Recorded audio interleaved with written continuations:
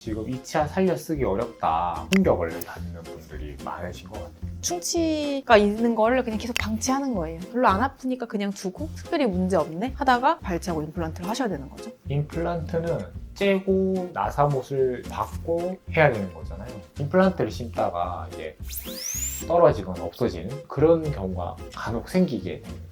그래서 빨리 발생하는 분은 3개월 이내에 발생하기도 하고 한 2년, 3년 지나서 호소하시는 분이 생각보다 많거든요. 그거는 거의 이제 임플란트를 한다 하면은 그냥 안고 가야 되는.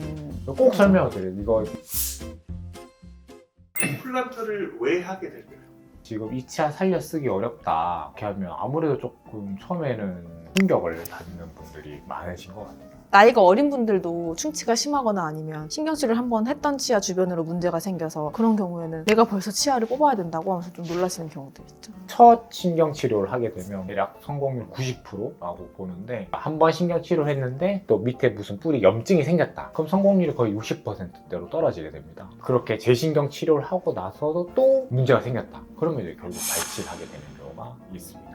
그리고 잇몸이 너무 나쁘신 경우, 잇몸뼈가 다 내려가고 치아가 많이 흔들리고 부어서 뭐 고름이 나오거나 그런 경우가 있는데 그렇게 내원하셔서 뼈가 하나도 없는 거예요. 그런 경우에 이제 발치를 하게 되죠. 오늘 아까 전에 직전에 오셨던 환자분인데 통증이 너무 심해서 오셨는데 크라운 내부로 치아 머리가 너무 많이 썩은 거예요. 그래서 제가 이제 신경치료 해보려고 해보니까 그냥 아예 안에가 텅 비어있을 정도로 다 사가 있었던 거죠. 그래서 그런 경우에도 치아 머리가 너무 남아있지 않기 때문에 살리기 어렵고 그러시면 이제 발치하고 임플란트를 하셔야 되는 거죠. 보통은 이제 치아 자체에 문제가 생겨서 임플란트까지 가게 되시는 경우는 충치가 있는 거를 그냥 계속 방치하는 거예요. 별로 안 아프니까 그냥 두고 특별히 문제 없네 하다가 너무 이제 구취가 심하거나 아니면 어떤 연유로 치과에 와서 이제 한번 그래도 충치 치료를 해볼까 했을 때는 충치 치료로 간단하게 치료를 할 수 없는 상태가 되는 경우들이 있고요. 두 번째는 딱딱하고 질긴 음식을 좋아하시거나 얼음이나 사탕 같은 거 깨드시거나 이런 분들이 있어요. 얼마 전에 치료한 분도 좀 젊은 분이었는데 딱딱하고 질긴 거 진짜 조심해야 된다고 정말 강조를 많이 했더니 그 환자분이 자기 여태까지 매년 항상 치과를 다녔는데 딱딱하고 질긴 음식을 조심해야 된다는 얘기를 한 번도 못 들었다는 거예요. 그거를 그냥 저희는 너무 당연하다고 생각하는데 당연히 딱딱하고 질긴 거 치아에 안 좋은 거 아니야? 이렇게 생각하는데 그거를 그냥 무심하신 분들은 그게 치아에 진짜로 안 좋아서 치아가 그것 때문에 금이 가고 깨질 수 있다는 거를 모르시는 분들도 있을 수 있더라고요. 그래서 계속 치아를 아껴 쓰지 않고 치아도 나이가 드는데 계속 젊었을 적처럼 막 쓰시면은 이제 치아가 잘못 깨져나가면 그런 경우에도 발치하고 임플란트를 하신 경우가 있다. 일단 이 치아를 살릴 수 없을지 결정을 최종적으로 하게 되고 만약 이 치아를 살리기가 어렵다라고 결정되게 되면 엑스레이나 구강 사진 혹은 여러 가지 자료를 모아가지고 진단을 하게 되죠. 어떤 위치에 어떤 크기의 임플란트를 심을지 결정하게 되고요. 결정을 한 후에 치아를 뽑습니다. 치아를 뽑고 나서 바로 임플란트를 할 수도 있고요. 상황에 따라서 뼈 이식을 한다든지 좀 기다렸다가 뼈가 어느 정도 안정된 후에 수술을 해서 임플란트를 심게 됩니다. 저는 환자분들이 만족하는 게 되게 중요하고 아픈 게 일단 너무 싫거든요. 고생하고 불만족하고 힘들어하는 게 저는 그게 다 느껴져서 너무 힘들어요. 저 스스로도. 그래서 이제 최대한 뽑지 않는 방향으로 설득을 하긴 하거든요. 단 1, 2년이라도 또 운이 좋으면 또 더 쓸 수도 있으니까 좀 열심히 치료를 해서 한번 시도를 해보자고 말씀드리기는 하고 저희 치과에 와주시는 분들은 동의하시고 같이 열심히 치료를 해주시는 분들이 더 많으신 것 같아요. 이건 진짜 뽑아야 되는 라는 상황이 있거든요. 근데 환자분들 그날 바로 이렇게 뭔가 결정하기 되게 힘들잖아요. 최대한 일단 살려 쓸 수 있는 방법을 한번 시도를 해보는 편이에요. 그래서 간단하게 어떤 잇몸 치료를 안정비 좀 해드린다든지 치아에 무리가 가는 걸 조금 조정해 드린다든지 해서 일단 최대한 살려 쓸 수 있는 데까지 써보고 그래도 안 될 것 같다 하면 그때 나중에 발치하는 경우는 환자분도 마음의 준비할 기간이 필요하다고 생각해요. 그렇게 하면 보통 많은 분들이 일단은 그렇게 한번 해보겠다 하시는 경우가 많아서 이제 수명이 얼마 남지 않았다는 거는 알려드리고 그 안에서 우리가 뽑지 않고 해볼 수 있는 처치는 일단 해볼 수 있는 데까지 해보자. 그래도 통증 조절이 안 되거나 예후가 별로 좋지 않으면 이제 그때는 어쩔 수 없이 발치해야 할 것 같다. 이렇게 설명드리고 할 수 있는 것들은 해보는 편이에요. 예를 들어서 너무 많이 흔들려서 얘는 더 이상 기능을 할 수 없다든지 아니면 너무 많이 썩어서 얘는 뽑지 않고서는 다른 방법이 없다. 이런 게 아니라 어떤 경계에 있는 경우에는 경우에는 환자분들의 의향도 중요하다고 생각하거든요. 이거를 열심히 치료를 협조를 해서 아쉬움 없이 한번 해보겠다는 의지가 있으신 분들은 저희도 같이 이제 그거에 맞춰서 최선을 다해서 한번 살려보고, 그게 아니라 그냥 나는 그냥 뽑을래 하시는 분들은 그것도 사실 전 중요하다고 생각하거든요. 정답이 있는 건 아니다.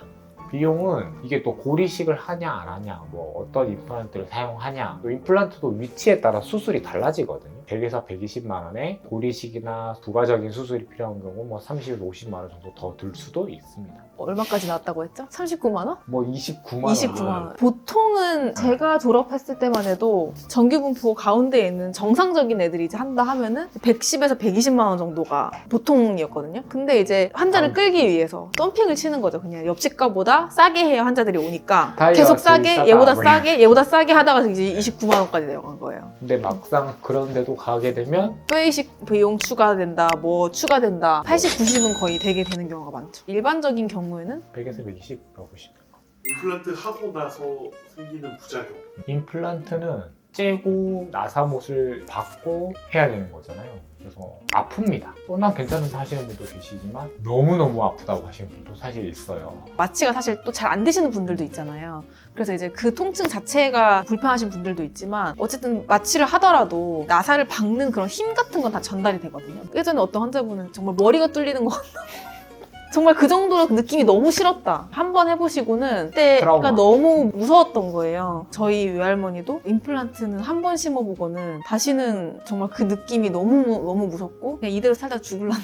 할머니 할아버지 맨날 그러시는데 그러니까 그 정도로 되게 아프다고 하시는 분들이 많죠. 수술을 하는 동안에는 보통은 네, 마취가 마취가 되어 있기 때문에 막 통증 자체가 심하진 않을 수 있지만 보통 마취가 풀리면 좀 아프실 수 있거든요. 그래서 저희가 진통제를 처방해 드리는데 진통제를 드시고 나서도 아프다고 하는 분들이 계세요. 경우에 따라서는. 두 번째로는 씹는 맛이 달라요. 자연 치아는 되게 민감하잖아요. 센시티브하게 느낌이 전달되는데 임플란트는 뼈에 박혀 있는데 그 느낌이 자연 치아만큼 온전히 씹는 맛이 안 납니다. 그래서 임플란트를 하시기 전에 막 기대를 되게 많이 하고 하시는 분들 있잖아. 어쨌든 비용도 비싸고 고생스러운 거를 다 하고 했으면 뭔가 되게 자연치랑 똑같을 거라고 기대를 하시는 분들이 가끔 계시거든요. 근데 했는데 뭔가 씹는 맛이 안 난다 하시는 분들이 있거든요. 치아는 이렇게 잇몸뼈에 바로 뼈랑 붙어 있는 게 아니고 그 치주인대라고 약간 용수철처럼 이렇게 잡아주는 게 있어요. 그게 있는데 임플란트는 그냥 뼈에 박혀 있거든요. 그러니까 치아 같은 경우 씹을 때 약간 쿠셔닝이 되니까 씹을 때 약간 움직이거든요. 뭔가 씹고 있다는 걸 느낄 네. 수 있죠. 그래서 되게 뭔가 씹는 맛이 있어요. 근데 임플란트는 이제 그게 아니기 때문에 세 번째로는 음식이 잘 낍니다. 치아 전체적으로 앞으로 이렇게 움직여요. 시간이 지나면 조금씩 위치가 바뀌어지는데 임플란트는 뼈에 박혀있으면 가만히 있으니까 치아는 앞으로 가고 그 사이에 음식이 끼는 경우가 많아요. 그래서 빨리 발생하는 분은 3개월 이내에 발생하기도 하고 한 2년, 3년 지나서 음식이 낀다라고 호소하시는 분이 생각보다 많거든요. 그거는 거의 이제 임플란트를 한다 하면은 그냥 안고 가야 되는 꼭 설명을 드려요. 이거 음식 잘 낄 수 있다 나중에 임플란트 하실 때 이걸 잘 모르시는 경우가 많더라고요. 자연 치아도 끼이는데 임플란트 주변에 끼이는 걸 더 못 참으시는 것 같아요. 어쨌든 치료를 했기 때문에 치료한 치아 주변으로 뭔가 음식물이 끼이는 거는 문제가 있다고 생각하시는 경우도 많은 것 같고 그리고 자연 치아에 끼인 것보다 뭔가 조금 더 잘 안 빠진다고 느끼시는 경우도 많은 것 같고 그게 너무 불편하시면 몇 년 정도 지났을 때 머리 부분만 조금 다시 수정하는 경우가 있거든요. 머리 빼내서 약간 옆으로 길게 조금 해서 더 그 틈을 메꾸는 빡빡하게. 방식으로. 근데 그것도 시간이 지나면 또 앞에 치아는 또 조금 움직이면 다시 조금 더 끼일 수 있지만 그래도 몇 년에 한 번 정도씩은 좀 덧대는 방식으로 수정을 할 수는 있다. 또 중요한 게 이제 많이 발생하는 일은 아닌데 임플란트를 심다가 이제 신경이 지나가는 게 있거든요. 하지조 신경이라고. 이 신경이 만약에 관통되거나 눌림이 있거나 하면 신경 손상이 오게 되는데 그렇게 되면 이제 감각이 좀 떨어지거나 없어지는 그런 경우가 간혹 생기게 됩니다.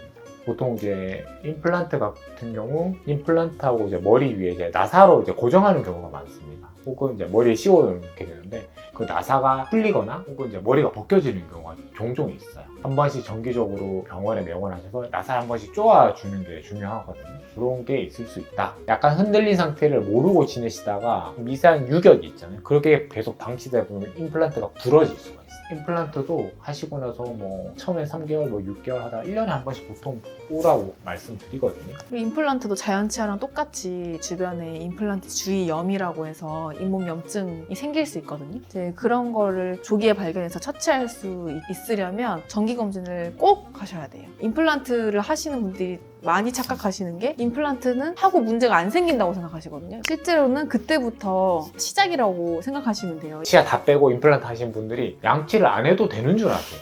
진짜 그런 분들 근데 계세요. 아까도 늘 말씀드렸지만 양치질의 목적 중 가장 큰 거는 이제 잇몸을 깨끗하게 하는 거거든요. 근데 임플란트라고 충치는 안 생기겠지만 잇몸이 나빠져서 임플란트 주위염이라고 해서 그 잇몸이 나빠지면 이제 또 뼈가 녹으면서 임플란트 흔들거리게 돼요. 자연치아랑 똑같습니다. 임플란트를 하는 것도 물론 아프고 무섭고 공포스러운 그런 여정이지만 하시고 나서도 제대로 관리하지 않으시면 그것보다 더 어려운 치료를 나중에 하셔야 될 수 있기 때문에 나의 치아가 있을 때 평소에 양치질하고 구강 치실 등 구강 위생 관리를 잘 하셔서 나의 치아를 잘 살려 쓸 수 있도록 노력해 주시는 게 가장 중요하다고 생각해요.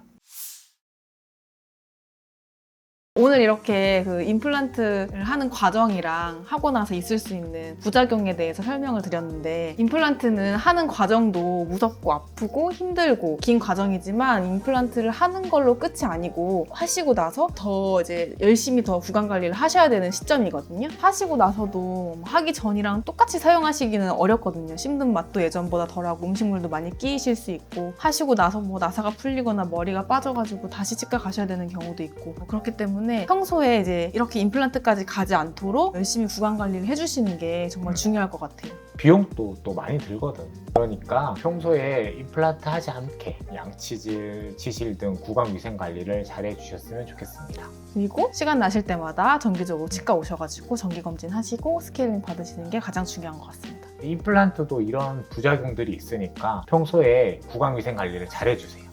오늘은 임플란트에 대해서 알아보았는데요. 오늘 내용이 도움이 되셨다면 구독과 좋아요, 알림 설정까지 부탁드리고요. 그리고 주변에 임플란트 때문에 고민하고 계신 분들에게 이 영상을 많이 소개해주세요. 그럼 다음에 또 뵙겠습니다. 안녕.